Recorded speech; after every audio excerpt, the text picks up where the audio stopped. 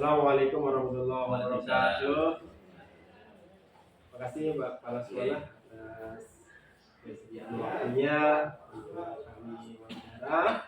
Kami dari CGC untuk menyelesaikan tugas 3.1 pengambilan keputusan berbasis nilai-nilai kebajikan sebagai seorang pemimpin. Kami akan ada beberapa pertanyaan yang kami sampaikan kepada Bapak. Kami dapatkan jawaban atau kita mulai Bapak ini.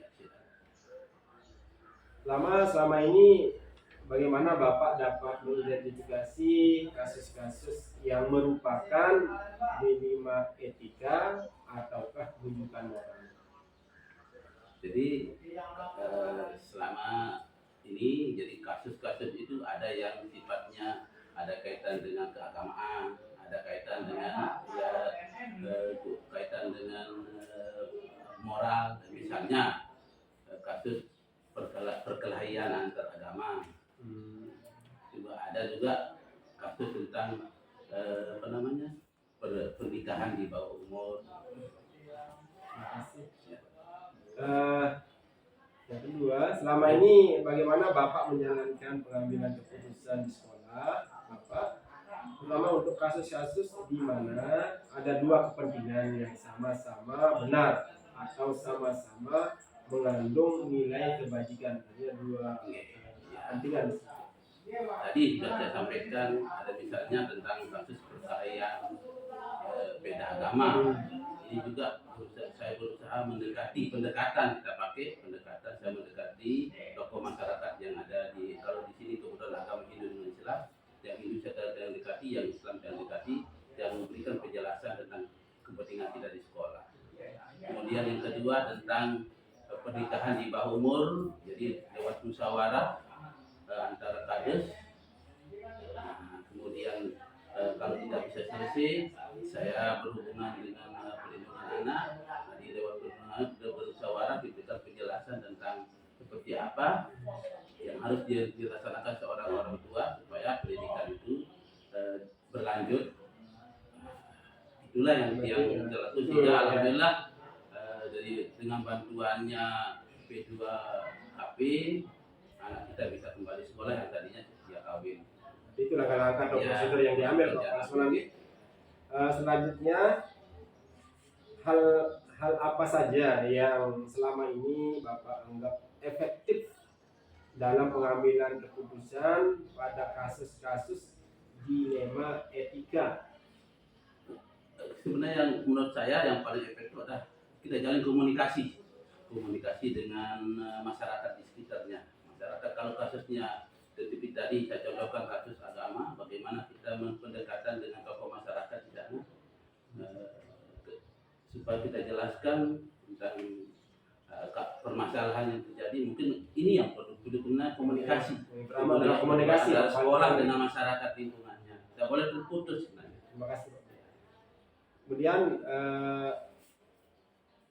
apakah Bapak memiliki sebuah tata kelola atau jadwal tertentu dalam sebuah penyelesaian kasus dilema etika? Apakah Bapak langsung menyelesaikan di tempat atau memiliki sebuah jadwal untuk menyelesaikannya?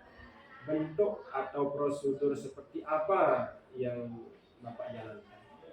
Yang namanya kasus sifatnya spontan dan jadi tidak bisa kita jadwalkan. Mungkin kalau masalah jadwal, mungkin setelah terjadinya masalah itu barulah mungkin kita akan buatkan supaya tidak terulang lagi hal yang sama. Mungkin itu tidak bisa buatkan jadwal. Tapi kalau kasusnya kan sifatnya spontan, kita selesaikan dan nantinya kasus ini semoga tidak terulang lagi, kita buatkan jadwal mungkin lewat sosialisasi dan sebagainya. Terima kasih. Kemudian hal apa saja yang selama ini merupakan tantangan dalam pengambilan keputusan pada kasus-kasus dilema etika?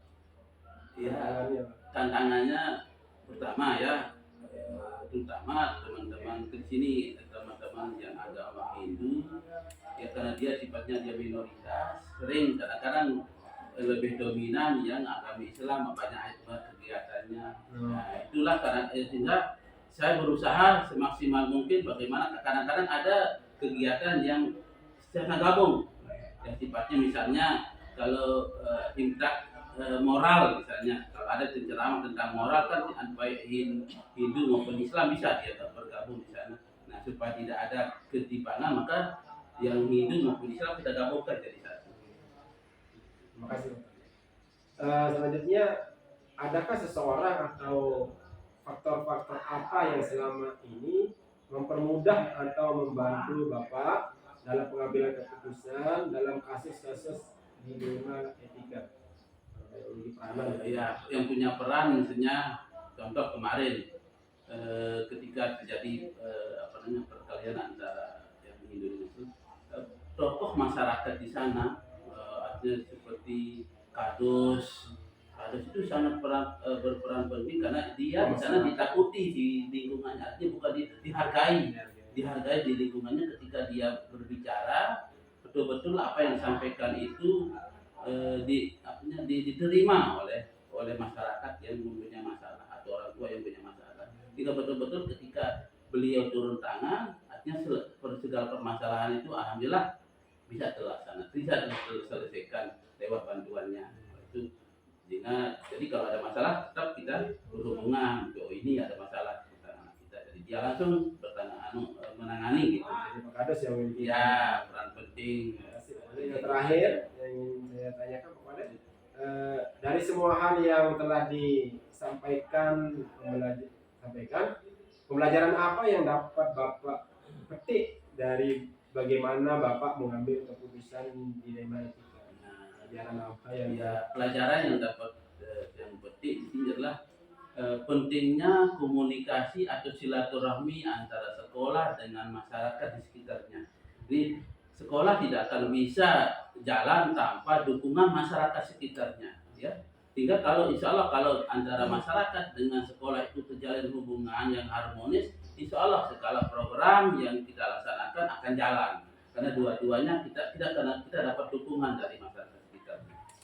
Terima kasih Pak Kepala Sekolah, jawabannya sangat lengkap sekali. Mudah-mudahan pengambilan keputusan yang sudah diterapkan oleh Kepala Sekolah nanti akan memberikan hasil yang maksimal. Terima kasih sekali lagi atas kesediaan waktu Pak Kepala Sekolah. Assalamualaikum warahmatullahi wabarakatuh. Waalaikumsalam.